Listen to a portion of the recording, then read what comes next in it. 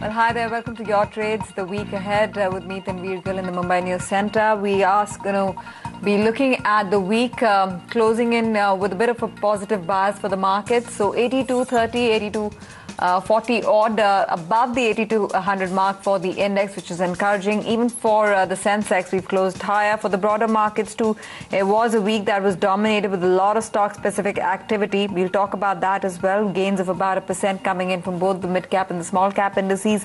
In terms of the top gainers, and one can't stop short of praising the kind of move that Tata Motors witnessed in this week's trade, 8.5% higher, followed by BPCL, which is pretty much under the radar.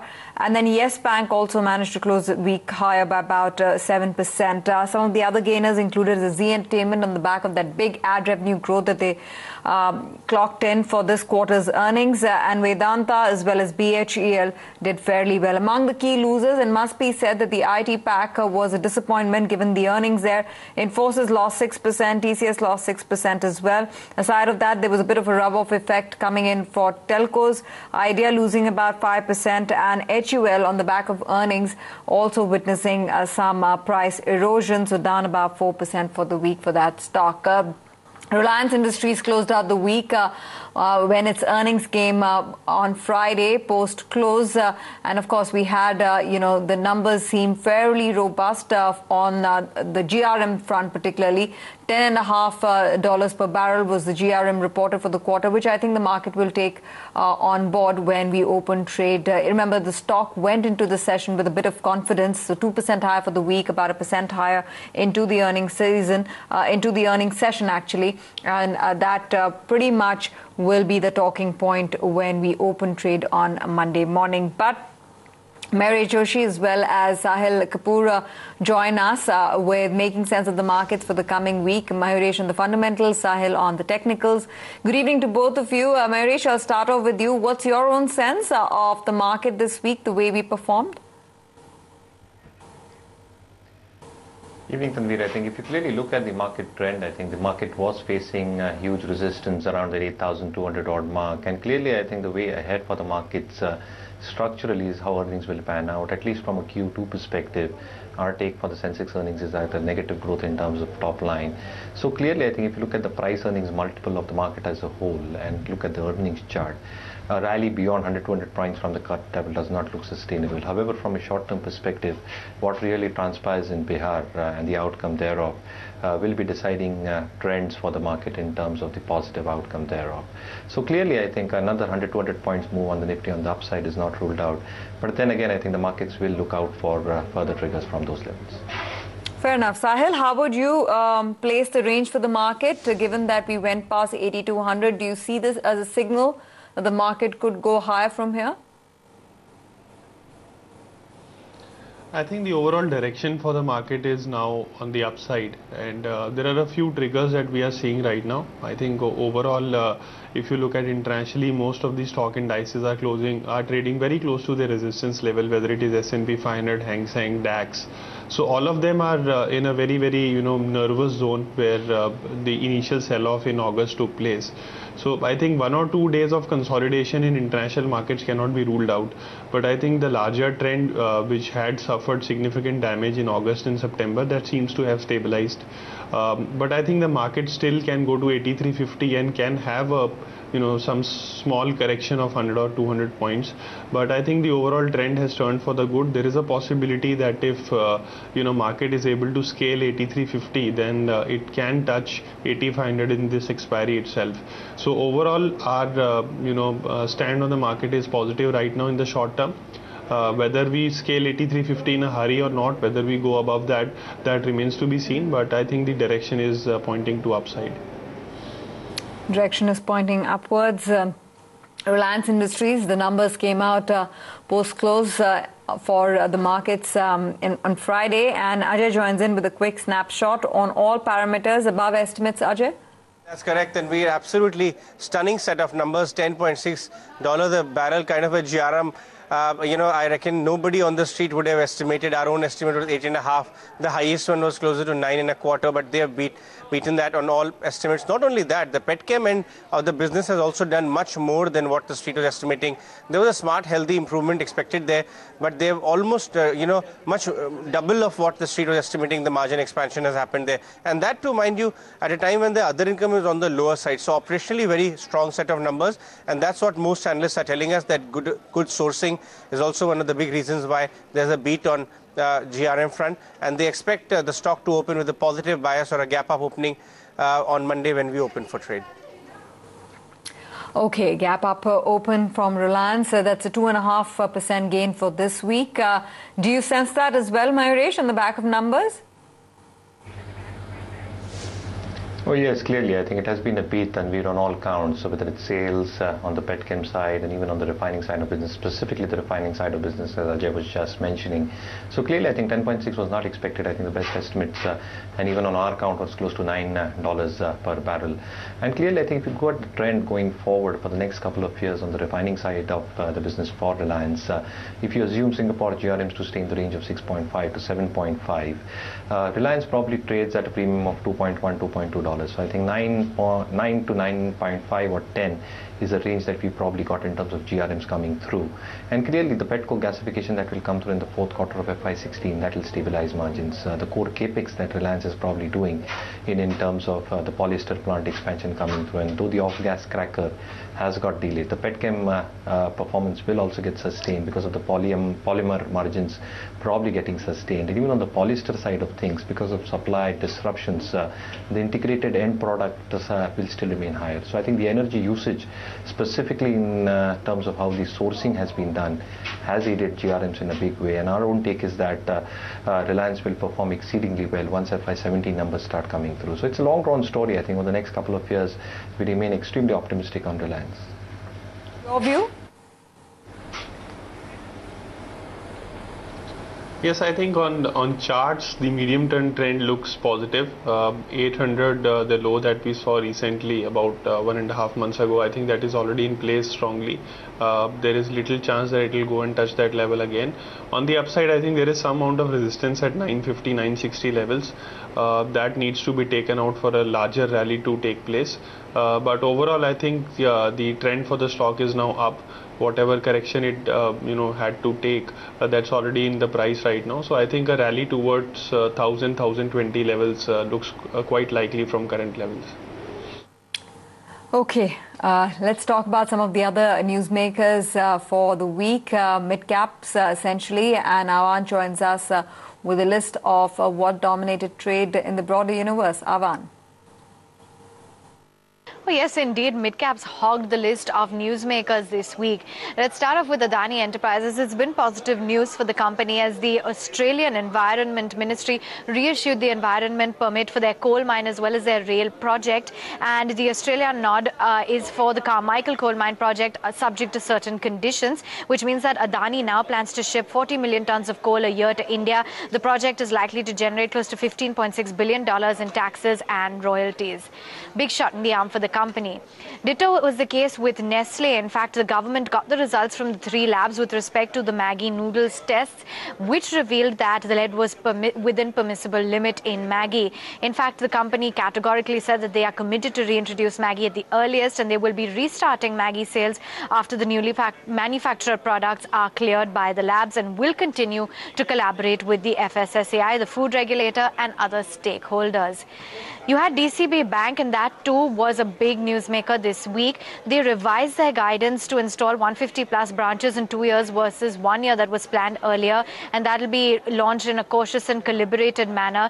They've clearly revised all of this on account of the investor analysis and the stakeholder feedback. As remember, they had planned to add 150 branches plus and double their network within 1 year, and it was a big negative read by the street, and they saw an ROA of 50 to 60 basis points and ROE below below 10% over 24 to 30 months. So all of this was revised, and finally the stock saw some reprieve. SpiceJet, there was a drop in crude prices, and that was the biggest in last 6 weeks, and that clearly makes the ATF cheaper, as jet fuel constitutes close to 30 to 40% of the airline's operating costs. Indigo's IPO is going to be a big trigger. They plan to expand their fleet, and all of this kept SpiceJet very active. Thanks, Avan, for that. Among the other newsmakers, given that this was the first week of earnings for Q2, you had IT majors disappoint. In fact, that's where the pain was in the market. As you saw, Infosys, TCS closed lower for the week. Infosys reported strong Q2 numbers, but the guidance was not very reassuring of the climate going forward. TCS, even though the numbers were in line with estimates, I think there was some concern about growth slowing down. And of course, the fact that they were pretty much narrowing the gap with Infy. Aside of that, to some of the other names from the broader markets, you had Mindtree, which reported a strong set of numbers. Mastech, on the other hand, the fall in operating margins is fairly stark, which is what impacted the stock's performance too. Cyient and their revenue growth is to remain soft in FY16, but of course the news brewing on that one is more to do with the PE stake that might be offloaded in the near term, if that indeed is the case. But from the technology side, Mayuresh, are you a bit disappointed in the way things have started off? Mindtree may have reacted to a strong set of earnings, but, the concern really is on visibility. And, when you have Cognizant and other global majors talking about how IT spending is still going to look fine, not a major scale back there, then you wonder where's the missing link as far as Indian IT majors go. So yes, I think that the numbers were a tad bit disappointing in terms of how the guidance has got panned out. So Infosys clearly delivered on all counts, dollar revenue growth of 6%, constant currency growth of 6.9%, which TCS probably missed in terms of a 3% and a 3.9% growth respectively. However, having said that, I think the second half traditionally always been weak for IT companies. Third quarter, a lot of furloughs come through, which means lesser working days for a lot of IT companies, and that takes a hit on their EBITDA margins. Fourth quarter is when I think the discretionary spending actually starts getting firmed up on the client side. So I think you get some amount of bump ups there in that front. But clearly, I think if one looks beyond this and over the next 4 to 6 quarters, our take is that if you look at the management commentary of the respective players, I think FY17 numbers in terms of how client mining activities have panned out for both the players so far, I think is pretty reasonable. I think Infosys has done a huge amount in terms of client wins. TCS order book stands actually 30% higher than its best order book ever. So in my opinion, I think IT stocks might underperform and will underperform over the next 2 quarters. But if one really has a view of the next 4 to 6 quarters, the next 2 months, I think any decline onto these stocks in a staggered way, if investors get into this, the constant currency growth, both in rupee and dollar terms, should be fine, at least on an FY17 estimate. So yes, I think we're retaining our buy estimates on both Infosys and TCS at this point in time. Technically also, do you feel the same, Sahil? Your preferred bets from the sector? We are quite positive on Infosys post the results and this week's correction. We feel that it's at a place where you can get a 7 to 10% rally from current levels, and it could head back to 1150, 1200 kind of levels. So we are actually recommending a buy on Infosys in the short term, and closer to 990,000 rupees. It's a good bet. We expect it to go higher, and also whatever correction had to happen post results, it's already in the price. So we feel it's a good entry point in Infosys now. Okay, gentlemen, stay on with us. We'll head into a break right now. When we come back, get you more perspective on what to watch out for in the coming week, and also get you some investment and trading ideas that you can benefit from in the new trading week.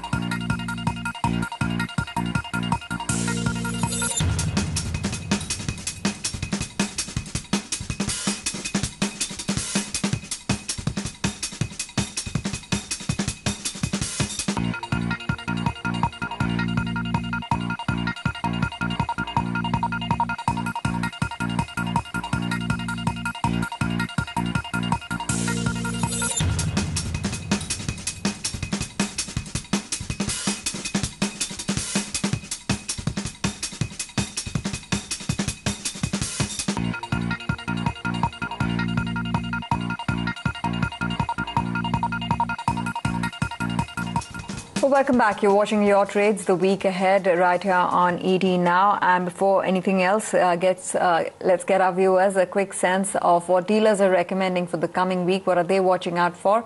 Ajay joins in with a snapshot of what he's hearing from his sources. Ajay.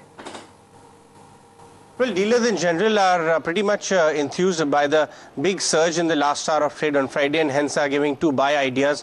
First one is Petronet LNG. Not only the second quarter numbers are expected to be strong, but going forward on a sequential basis, dealers expect that the numbers would start improving very smartly. In fact, ownership remains very low over there and it trades at much lower valuations versus the sector average among the gas stocks, so which makes it extremely attractive for positional investors and traders to get into it. Apart from that, Suzlon is another stock to talk about. In fact, the order flow from companies like Renew Power and among others to Suzlon has improved. The gearing is going down. And again, we've witnessed high delivery-based buying in the last couple of sessions. Smart money seem to be accumulating that stock, being seen as a multi-bagger idea going forward. So look at Suzlon also. That's one stock which dealing rooms are actively talking about. Okay, thanks Ajay for that. And earnings to watch out for in the coming week. You have HCL Tech starting off the week. Ultratech Cement, ACC will be earnings to watch out for. Remember, there's already been much debate about how and when the cycle for cement would be turning around in lieu of what's happening with the infrastructure space. So keep an eye out for the offtake numbers there. And then, of course, Hero MotoCorp, Bajaj Auto will be important numbers to watch out for. HDFC Bank and Wipro is how we'll close out the week. Add in an Idea and Asian Paints. And that will pretty much make the week quite exhausting given the focus on some large cap earnings. But from the list that I just spelled out, Mayuresh, what numbers would you be keenly watching out for? So clearly, Tanveer, I think HCL Tech numbers more or less discounted with the profit warning that they've given through, both in terms of the dollar guidance revenue, and again, I think in terms of how the client problems are shifting through. But again, I think numbers keenly watched out for would be Ultratech, in my opinion, and HDFC Bank in the coming week. All numbers are equally important. However, I think for Ultratech, I think how the volume growth happens both on a standalone basis as well as on a blended basis is an important factor. What kind of production numbers and dispatch numbers they come out with. Our estimates assume somewhere between 11.2 to 11.5 MT. Margin picture should be a relatively softer this time around. And again, I think the benefits should start accruing through with lower power and fuel costs. So clearly, I think Ultratech is something I'll watch out for. HDFC Bank in terms of how they deliver both on the loan growth and how they deliver on the NIMs. However, the management has made it clear that NIM should stay between that 4.1, 4.4% mark, and clearly earnings growth of more than 20% is something that we expect the bank should continue with. So yes, I think Ultratech and HDFC Bank is something that I'll keenly be watching out for. Okay, just about time to get your ideas for the coming week. Sahil, your trading calls? Yes, the first one is a mid-cap pharma company, Natco Pharma. If you look at the chart, there is a weekly triangle pattern that has formed on Natco Pharma, and the implication of this pattern is quite bullish. From current levels, there is a probability that stock will move towards 2900 to 3000 levels. So you can buy it here with a stop loss below 2350. The second stock is Ashok Leyland. It's been one of the biggest outperformer for the last 1.5 years, and currently it saw some consolidation happening between 99 to 90 levels, and I think that consolidation is probably over and the stock is going to make a new high. So you can buy it here with a stop loss below 91 and expect it to move to 101 to 105 levels. Okay, thanks for that, Sahil. Mayuresh, come to you, your investment ideas. So from the large cap names, Tanveer, I think Ultratech Cement on declines is something that I'll continue to prefer with the expanded capacity at 71.2 MTPA coming through on FY17 with the acquisition of JP Associates units as well. Our take is that the operating profit per ton should start improving over the next few quarters. Realizations have improved, which should give a leg up, and with the kind of fall that one really expects on the power and fuel component, that should also have some amount of incremental impact as far as the EBITDA margins are concerned. So clearly, I think Ultratech is something that we're preferring from large caps. And again, I think from the auto space, Ashok Leyland is something that I've always liked at lower levels. I continue to like that. I remain extremely optimistic on the stock, expecting strong numbers to come through for this quarter in terms of sales on a year-on-year basis and a quarter-on-quarter basis as well. Margin expansion should be evident with fall in commodity prices. And again, I think the operating leverage benefit should start playing out on the bottom line. So clearly, Ashok Leyland is something that I'm very optimistic about as well. Okay, Chairman, thanks very much for joining us with your insights and investment and trading ideas for our viewers. That's time out then on your trades. We wish our viewers a lovely weekend. We'll catch you with the market as always, Monday morning at 8 a.m. with the market. That's when your appointment is with us.